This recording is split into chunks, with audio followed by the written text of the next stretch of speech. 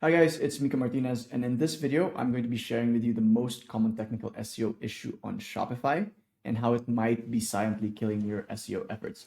If you don't know who I am a Shopify SEO expert. I've been in the SEO industry for over 6 years now. I've worked on over 200 projects, and I've helped scale some of them to over 7 figures in annual revenue. So let's get to the video. What is the most common technical SEO issue on Shopify? So that issue is actually duplicate content. Why duplicate content? Because out of the box, Shopify actually creates a ton of duplicate pages based on certain things like auto-generated product and blog tags. So every time you use a tag, whether they're on blogs or products, Shopify creates a new page for them. For example, if you had product tags for, let's say, skin types, like if you had normal, combination, dry, oily, right? Depending on the product, you classify them as for normal, combination, dry, or oily. These tags will create individual pages for each tag, right? It might seem good for SEO at first because like if someone's looking for like a moisturizer for oily skin, that auto-generated page can rank for that. The problem is, number one, tags with spaces get converted like this on the URL, and these pages are automatically blocked in Shopify's default setup. Number two, if you create or if you use the auto-generated pages that Shopify creates with the tags, they can't have unique SEO elements like custom H1s, meta descriptions, or titles, or even like unique content on the page, right? It was auto-generated. Rather, you want to make like if you want to rank for something like moisturizer for oily skin, I recommend you create a dedicated collection page for that where you can actually customize the H1 meta description, title tag, add unique content to that page versus relying on a tag page, right? Because again, tag pages are tricky. For every tag you create, you will end up with a new page that's going to end up with no SEO value or low SEO value with thin content, basically just not a quality page, right? And the same can be said with blog tags. If you use blog tags, each tag will create a separate page. And these pages are not customizable. And you'll end up with a lot of pages like this, right? Blogs, news, tag, name of tag.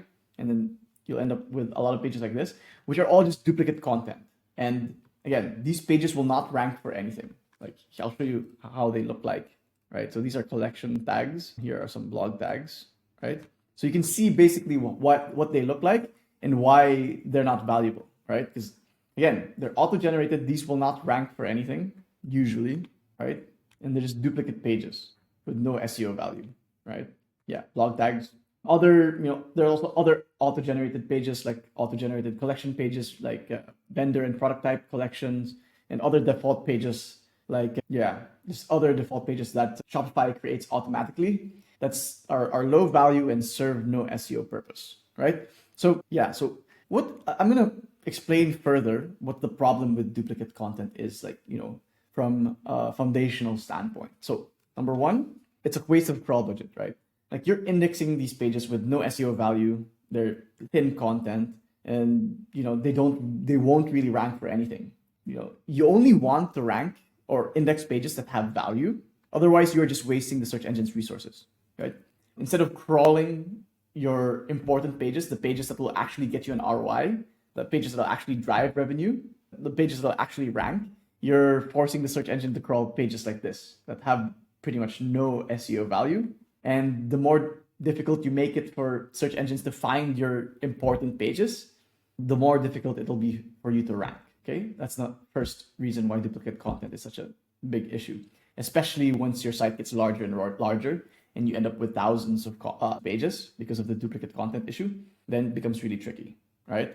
Number two, it dilutes page rank, right? So link building or backlinks, your backlink profile is still a very important ranking factor. And every new page on your site dilutes page rank, right?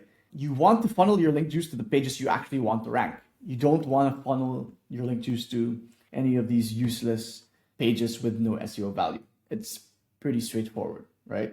The less of these pages you have, the less diluted your page rank is, right? That just means that you're funneling your link juice to the pages that you actually want to rank, your high value pages, the pages that will get you an ROI, right? That's number two.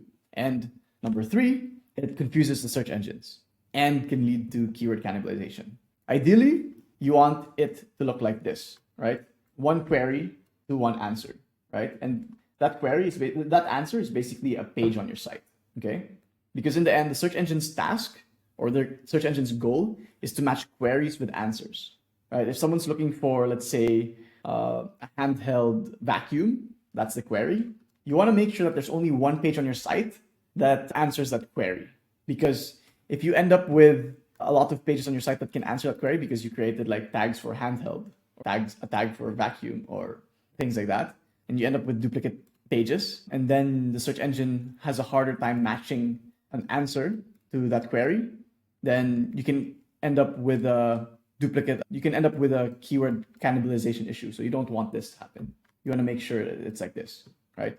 Because keyword cannibalization is a big issue. It occurs when multiple pages on your site compete for the same keyword, right? And that can happen when you have duplicate content on your site.